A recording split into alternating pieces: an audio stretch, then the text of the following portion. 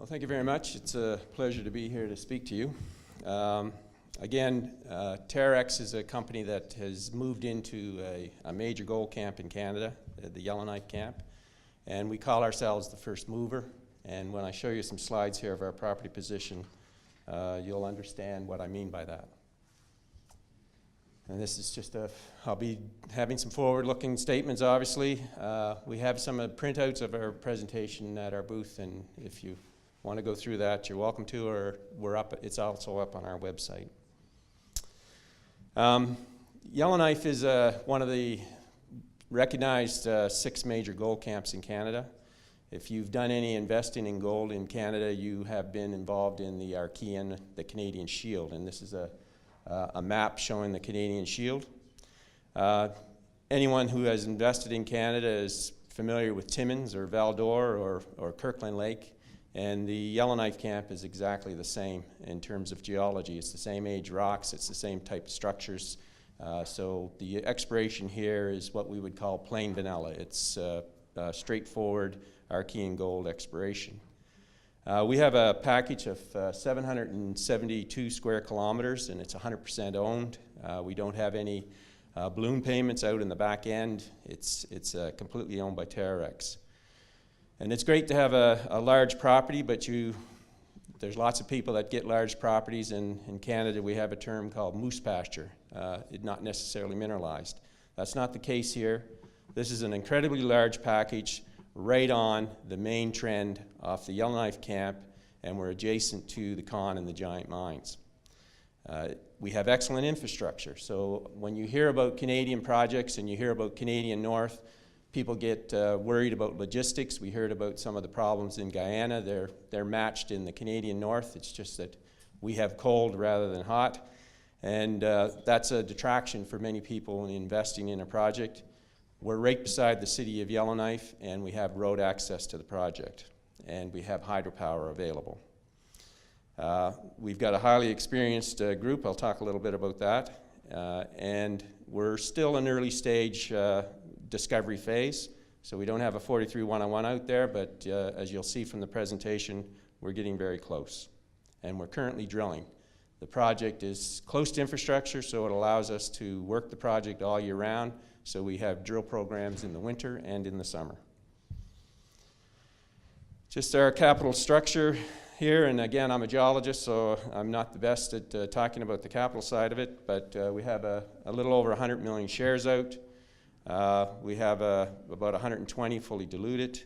We have about 700,000 in cash right now, so obviously we're in a position where to advance this project we need more funding, and we'll be doing that soon.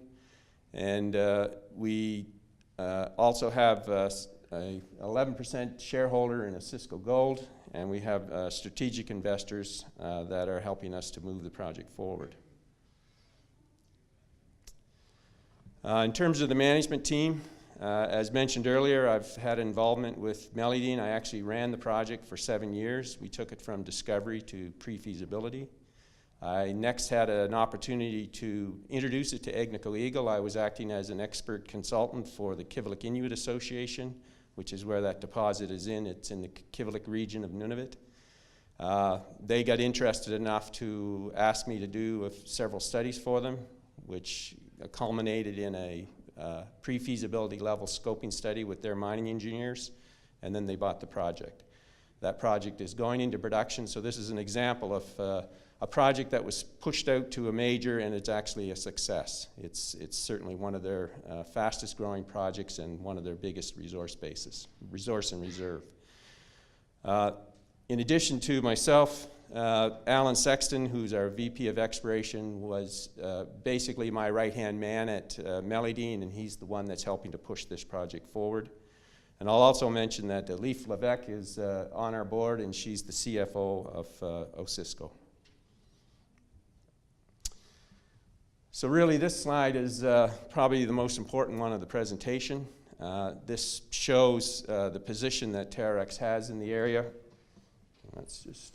So basically, if you're working in the Canadian Archean, you want to be on what we call the major break. This is a major structural feature which all of the gold came up through. And in the Yellowknife camp, this is the major structural feature right up through the middle here.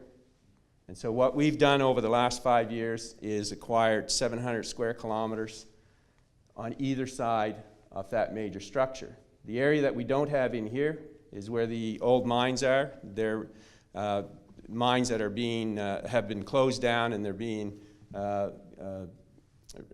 rehabilitated to get them to a point where they can, the ground can be opened again. And in that area, Giant mined 8 million ounces and Con mined 6 million ounces.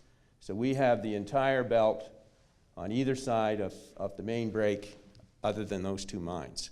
So this is a unique opportunity where a small junior has acquired one of Canada's major gold belts. And our property position actually extends for another 22 kilometers to the north of this slide, all on that main break. So you're not going to find another company that has this kind of a land position. So you can have lots of companies that'll say they have 800 square kilometers of ground. It's not going to be in a major gold camp. Or you'll have guys that'll tell you that they have some property in Timmins or Val-d'Or, and the property size is twice the size of this room because it's a patchwork of claims. We control this belt here.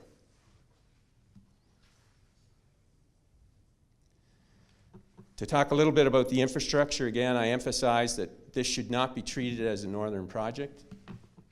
So this is our core facility right here. The city of Yellowknife is about 20,000 people. It's the capital of the territory, so all of our government groups and our regulatory groups are right within the city. Our drilling contractor, our helicopter contractors, all of our service suppliers, our consumables all come straight out of the city. Our accommodations are in the city. We don't have any camps. We don't position fuel. We don't have airstrips. So this project has logistics that are much, much simpler than most other projects, and it results in operating costs of, say, drilling that is half to a third of what the cost would be if I was a couple of 100 kilometers north of Yellowknife. So this should be treated like a project that you would see in southern Quebec or in Ontario. The access that we have from the core facility, I can drive up this road here, and this is our first, or our most advanced deposit, Christorum, and I'll talk a little bit about that. And then to add a little bit of sugar, there's a power dam sitting right here, right at the top of our property, with a power line that goes down to the city, and it's tied into the main grid. So we have opportunities here with development of the hydro to have a power source for the mine. And that Bluefish power system was actually originally built by the Con mine, but it's been refurbed.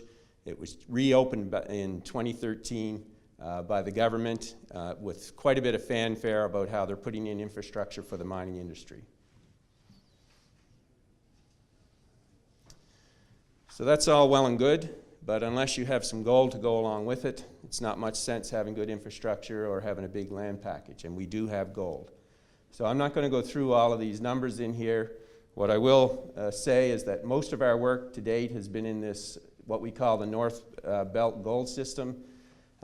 We have multiple deposits, and I just put in some of the drill results that we had in that area. The one I'll point out is this Christorum, which has the road to it. That's a 5-meter intersection of 62 grams on that.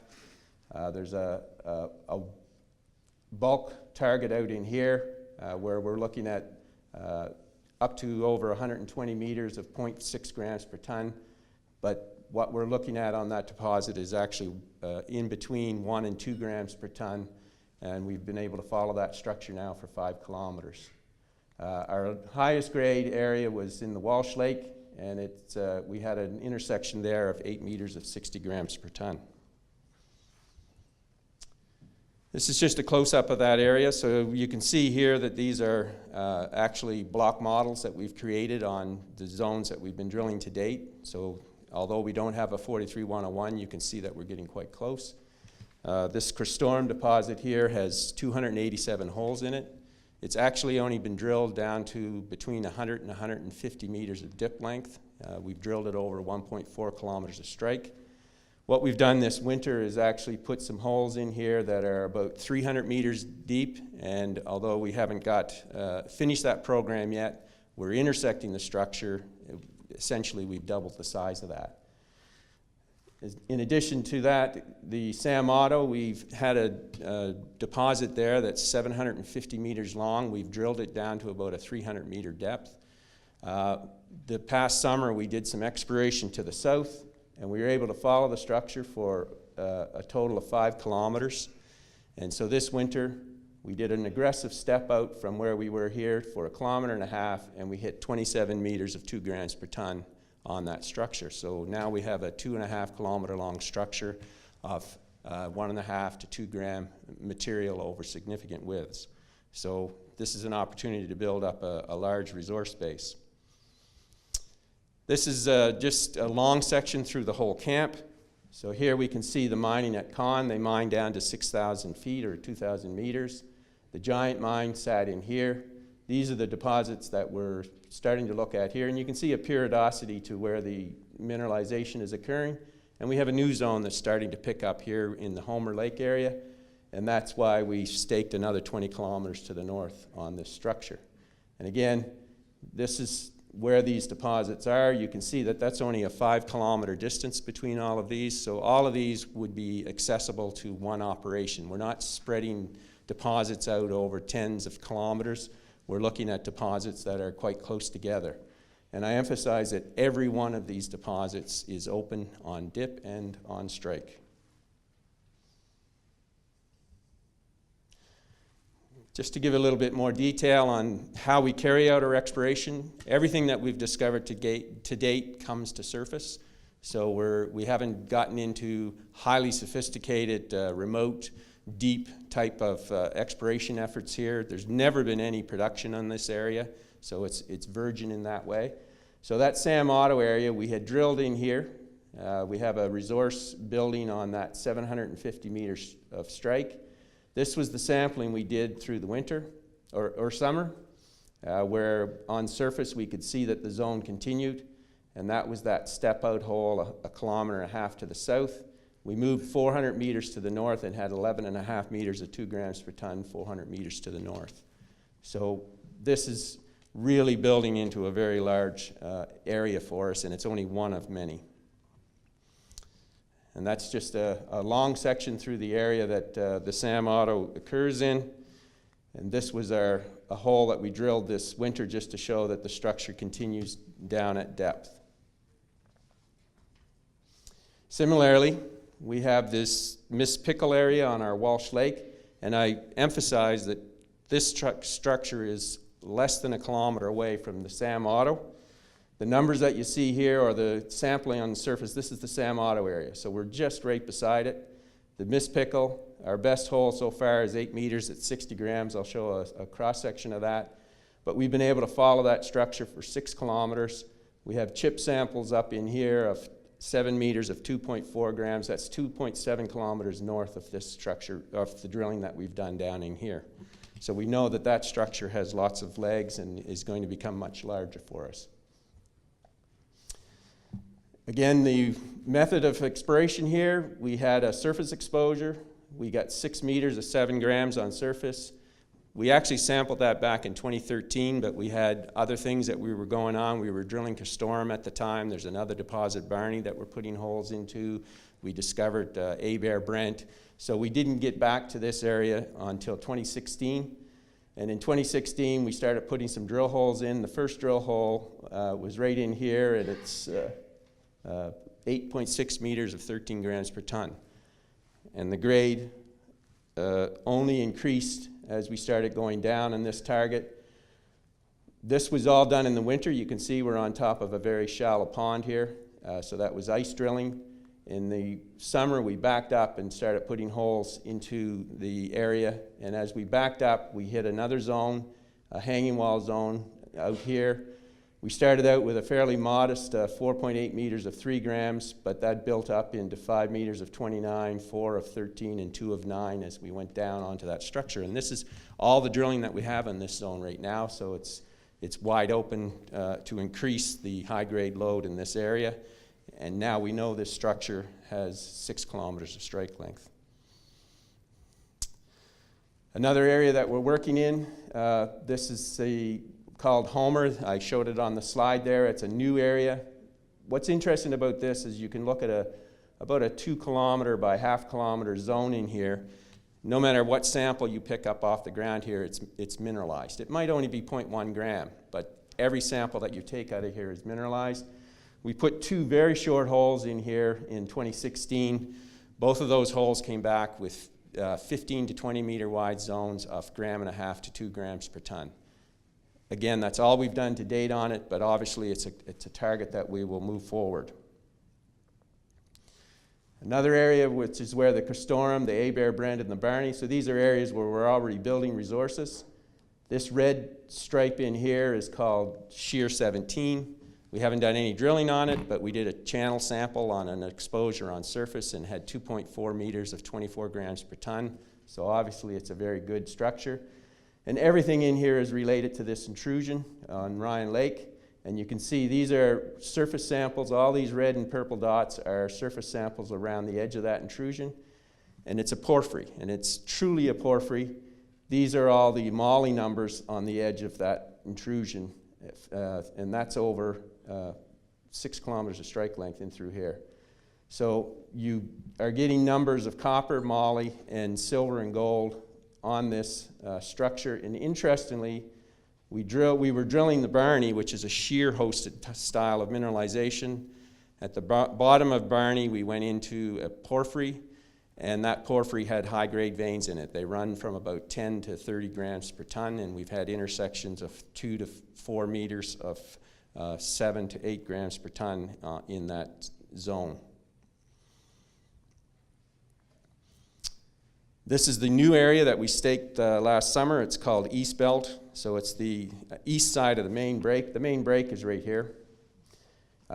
This is a paved road that goes down to the village of Detta.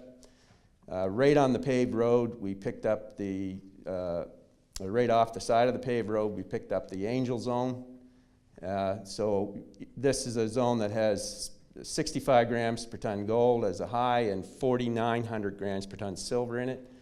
Spectacular numbers. We can see these structures going up. We have 200 grams per ton gold up in here. This was a high-grade mine back in the 30s. More importantly for me is this area. These are flat veins in here. They are half meter to a meter wide. They run 10 to 15 grams per ton. Very analogous to a Val-d'Or style Lamaque target. So we looked for the granites. We went down into the granites, and we're getting 1 to 6 grams per ton in the granites down here. So basically, we have multiple targets that we've outlined in here. This is that Duck Lake area and the Angel that I just talked about. It's right beside the old con mine. This was the gold area that has most of our activity. So this is a project that has multiple targets moving forward for it. And the area that we staked, I mentioned earlier that you're on a major structure in these main camps, and often there's a very high, or almost always, there's a very high gravity associated with that structure. There's the gravity map here. This was our original property position in 2016, and we've just staked all of this ground up in here to acquire this. The area that we haven't staked is actually owned by other companies, and there's already a couple of million ounces of resources sitting in here. This little square there was the Discovery Mine. It was 1 million ounces in 1 million tons that was mined in the 1960s and 70s. So again, very highly prospective ground. Thank you very much.